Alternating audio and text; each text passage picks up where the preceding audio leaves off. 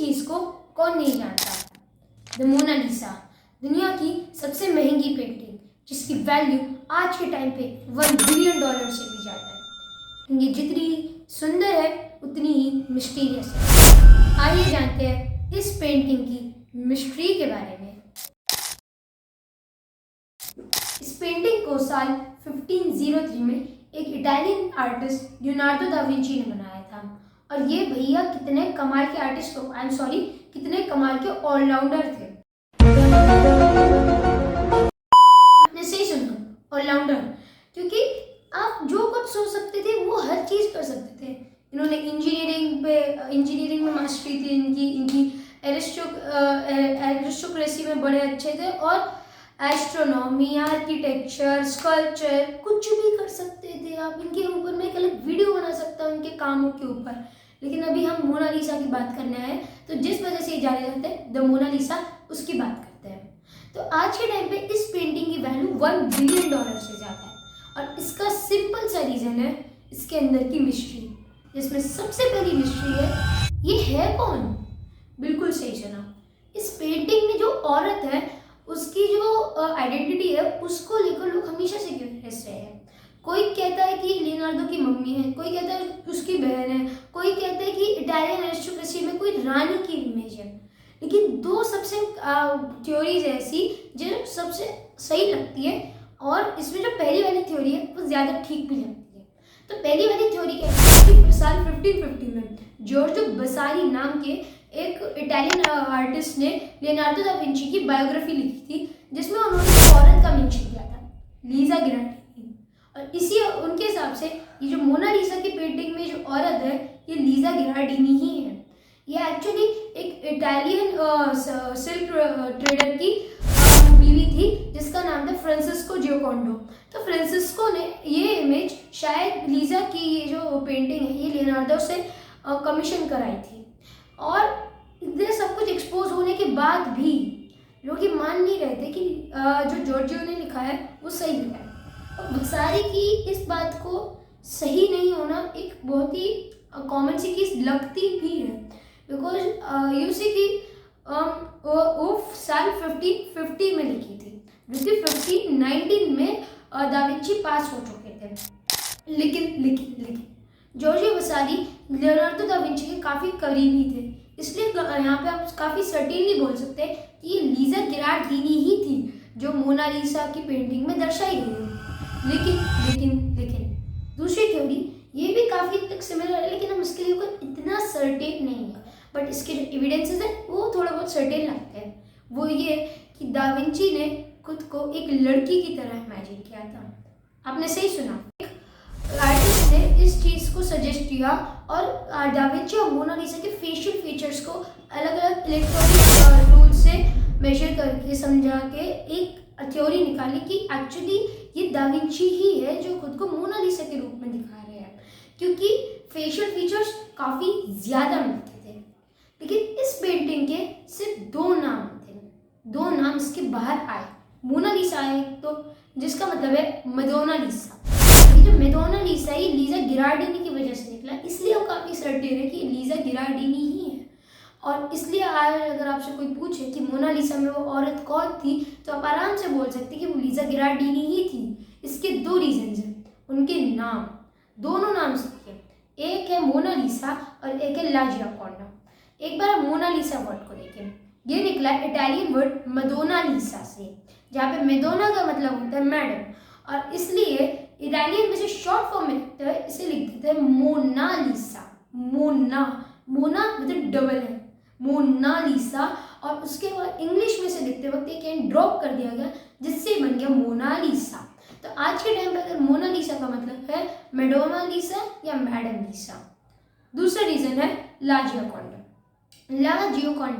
तो पहले मैंने बताया कि फ्रांसिस्को डेल जियोकोंडो ने ये जो पोर्ट्रेट था ये लीजा के लिए कमीशन कराया था दा विंची से, इसलिए हम यहाँ पर उसे बुलाते हैं ला जियोकोंडा।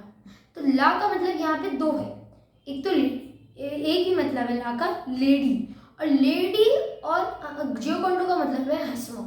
क्योंकि अगर आप आज के टाइम पे मोनालिसा को देखेंगे तो ये फेमस है अपनी मुस्कान की वजह से, और इसलिए इसका नाम ला जियोकॉन्डा यानी लेडी मुस्कुराने वाली बिल्कुल सही बैठता है। और इसी वजह से हम यहाँ पे काफ़ी सर्टेनली बोल सकते हैं कि ये लीजा गिरार्डिनी है। लीजा और दा विंची दोनों ही इटालियन हैं, तो पेंटिंग फ्रांस में क्या कर रही है? Good question. एक्चुअली हुआ क्या कि उस टाइम के फ्रेंच किंग फ्रांसिस वन ने लियोनार्डो दा विंची को फ्रांस बुलाया और वो वहाँ पर शिफ्ट हो गए और मोनालिसा को वहीं पर रख लिया। भैया यहाँ पर तो लिखा है कि उन्होंने वो पेंटिंग जियोकॉन्डा परिवार को कभी लौटाई ही नहीं। तुम चुप नहीं रह सकती, तुम्हें क्या है? यार देखो, तो तुम दोनों तू मैं शुरू करने लगते हो। हाँ मैं ये कह रहा था कि हुआ क्या कि वो पेंटिंग वो कभी पूरी कर ही नहीं पाए। दा विंची ने उस पेंटिंग को कभी पूरा किया ही नहीं, इसलिए वो जियोकॉन्डा परिवार को कभी लौटा ही नहीं पाए। बैंगन चुप, जब देखो तब फिर बोलना शुरू। हाँ एक्चुअली हुआ क्या कि उन्होंने उस पेंटिंग की मुस्कान जो है ना उस पर 12 साल लगा दिए, और उस पेंटिंग को बनाने के लिए उन्होंने एक स्पेशल टेक्निक का यूज़ किया, स्फुमाटो। इसमें क्या होता है कि जो आसपास के आउटलाइंस होते हैं उन जगहों को स्पेशल ब्लेंडिंग से ब्लर कर दिया जाता है, और यही है स्फुमाटो टेक्निक। पर इसका मुस्कान से क्या रिलेशन? इस मुस्कान पर एक बार फोकस करो। तुम इस मुस्कान पर जितना फोकस करोगे ना उतना ही लगेगा कि लीजा सीरियस है। और अब तुम उसके कहीं और देखो, फोरहेड पे, आईज में या कहीं भी देखो, और फिर तुम रियलाइज करोगे कि लीजा अब ज़्यादा मुस्कुराने लग गई है। यही रीज़न है कि दा विंची ने इस चीज़ को बनाने के लिए 12 साल लगा दिए इस पेंटिंग पे। उन्होंने इस पेंटिंग के जो होठ है ना उनको बनाने के लिए उन्होंने लिटरली वो हॉस्पिटल में जाते थे और वहाँ पे डेड बॉडीज़ के लिप्स के मसल्स को एनालाइज करते थे। और इतना ही नहीं, उन्होंने घोड़ों के भी एनालाइज कर उन्हें भी इंसानों से कंपेयर कर दिया। और यही रीज़न था उन्होंने वहाँ पे इतनी मेहनत करी। और फिर ये उस मुस्कान के पीछे रुके नहीं, उन्होंने वहाँ पे ऑप्टिक्स भी पर डाली। उन्होंने ये फिर देखा कि जो हमारे रेटिना पे जब लाइट पड़ती है तो वो अलग अलग जगहों पे पड़ जाती है, और फोविया वाला पार्ट है वहाँ पे हमें कलर रियलाइज होते हैं। और इस चीज़ को रियलाइज़ करते हुए उन्होंने हमारे पेरिफेरल विजन यानी कि अगर मोनालिसा यहाँ है, आप यहाँ हो और आपका ध्यान अगर मोनालिसा पे नहीं भी जाना तब भी आपका मोनालिसा की मुस्कान पर ध्यान जाएगा, वो आपको अट्रैक्ट करेगी। ऐसे वो पेरिफेरल विजन के जो साइंस है उसकी वजह से वो इतना अच्छा फील करा पाते हैं। और इसलिए उन्होंने 3 साल बाकी डिटेल्स पे दिए, और इस चक्कर में वो पेंटिंग पूरी नहीं कर पाए और 1519 में वो राजा के महल में ही मर गए। भैया यहाँ पर लिखा है कि मोनालिसा है। और क्या, 1504 में रफेल नाम की एक लेजेंडरी आर्टिस्ट ने एक स्केच बनाया, एक औरत जो हाथ पे हाथ रख के बैठी है और पेंटर के सामने रखी है, और उसके पीछे 2 कॉलम्स बने हैं। इसको देखकर कई लोगों ने बोला कि रफेल ने लूव्र की जो मोनालिसा है या तो उसको कॉपी किया है या तो लीजा को ऐसे बिठा के रखा है। तो क्या रफेल ने लीजा को सेम पोज में बैठा के स्केच बनाया था? पर ये अजीब नहीं लगता? इस पेंटिंग को देखो, इस स्केच में अगर तुम देखोगे तो पीछे की तरफ 2 कॉलम्स हैं जो इस थ्योरी को काफ़ी ज़्यादा लॉजिकल बनाते हैं कि लूव्र की म्यूजियम से तो कॉपीड नहीं है, और जो लीजा थी उसको बिठाकर बनाना एक बहुत ही अजीब चीज़ है। इसलिए मोनालिसा 2 की थ्योरी काफ़ी हद तक सही थी। भैया शायद आप है बोलना चाहते हो? हाँ, क्योंकि साल 1914 में इंग्लिश कुक कलेक्शन के अंदर से दूसरी मोनालिसा का वर्जन निकल के आता है, द आइलवर्थ मोनालिसा। इस मोनालिसा के अंदर 3 ऐसी चीज़ें थी जिसे लूव्र की म्यूजियम की जो मोनालिसा है उससे काफ़ी अलग बनाती थी। पहली चीज़, इसके जो एक्शंस है, इसकी जो एक्सप्रेशन है काफ़ी स्ट्रेट फॉरवर्ड थे। ऐसा नहीं था कि उसके अंदर वो मिस्टीरियस बात नहीं है लूव्र वाली में है। दूसरी चीज़, इसके अंदर इसका जो चेहरा था वो आगे की तरफ ज़्यादा टिल्टेड था। और तीसरी चीज़, इसमें जो लीजा है वो ज़्यादा यंग दिख रही थी। जब लूव्र की मोनालिसा बनी थी तब लीजा की एज 24 की बताई जाती है, इसमें ये ज़्यादा यंग थी। और इसी वजह से कई हिस्टोरियंस का ये भी मानना है कि ये वो एक्चुअल पेंटिंग है जो फ्रांसिस्को ने लीजा के लिए कमीशन कराई थी लियोनार्डो दा विंची से, क्योंकि इसमें जो मोनालिसा है वो ज़्यादा यंग है और इसका मतलब ये ज़्यादा पहले बनी होगी। और ये रीज़न थोड़ा सा मुझे क्या किसी को भी नहीं लगता कि इतना प्रोबेबल होगा कि ओरिजिनल वर्जन है, क्योंकि जो कुछ लोग कहते हैं कि उन्होंने कॉन्ट्रैक्ट तो उस टाइम पे लिया था, लेकिन जो फाइनल सबमिट करनी थी वो एक्चुअली लूव्र वाली थी। क्योंकि देखो उस पर वो स्पूमाटो से अपने एक्सपेरिमेंट्स ही कर रहे थे और तब उन्हें आइलवर्थ की बनी और उसके बाद वो उन्होंने लूव्र की फाइनल बनाई जो अभी तक रिटर्न नहीं हो पाई। क्यों? क्योंकि वो कंप्लीट ही नहीं हुई। उसके बाद उन्होंने वो कभी पूरी कर ही नहीं पाई।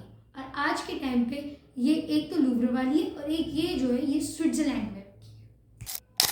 भैया मोनालिसा की चोरी के बारे में भी तो बताओ। ओह हाँ, अ गुड रिमाइंडर। मोनालिसा की चोरी 21 अगस्त 1911। लूव्र म्यूजियम से 3 लोग बाहर निकलते हैं।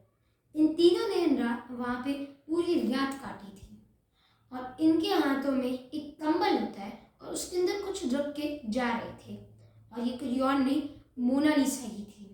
विंचेंजो पेरुजिया एक इटालियन नेशनलिस्ट और लूव्र म्यूजियम के एम्प्लॉय थे। उनका मानना था कि अगर लियोनार्डो इटालियन थे, लीजा भी इटालियन थी, तो पेंटिंग भी इटली में होनी चाहिए। और 2 साल तक वो उसे चोरी करने के बाद छुपे रहे इटली में और सोचते हैं कि भाई यार क्या करूं, क्योंकि उस टाइम पर कई डिटेक्टिव्स को इस काम पे निकाला गया था कि भैया इस पेंटिंग को ढूंढो, कहीं से ढूंढ के निकालो, इस पेंटिंग कहाँ पे है ये, इसको ढूंढो। और इस चक्कर में विंचेंजो को ये डर था कि वो पकड़ा ना जाए। एट द एंड वो 2 साल बाद इम्पेशेंट हो गए और उन्होंने तय किया कि वो इसे बेचने के लिए बेचते हैं। और जिसे वो बेचने जाते हैं वो पीछे लगी इस चैप को देखकर समझ जाता है कि भैया मुझे तो दुनिया का मोस्ट वांटेड सामान बेचा जा रहा है। और विंचेंजो पकड़े जाते हैं और उन्हें 6 महीने की जेल होती है।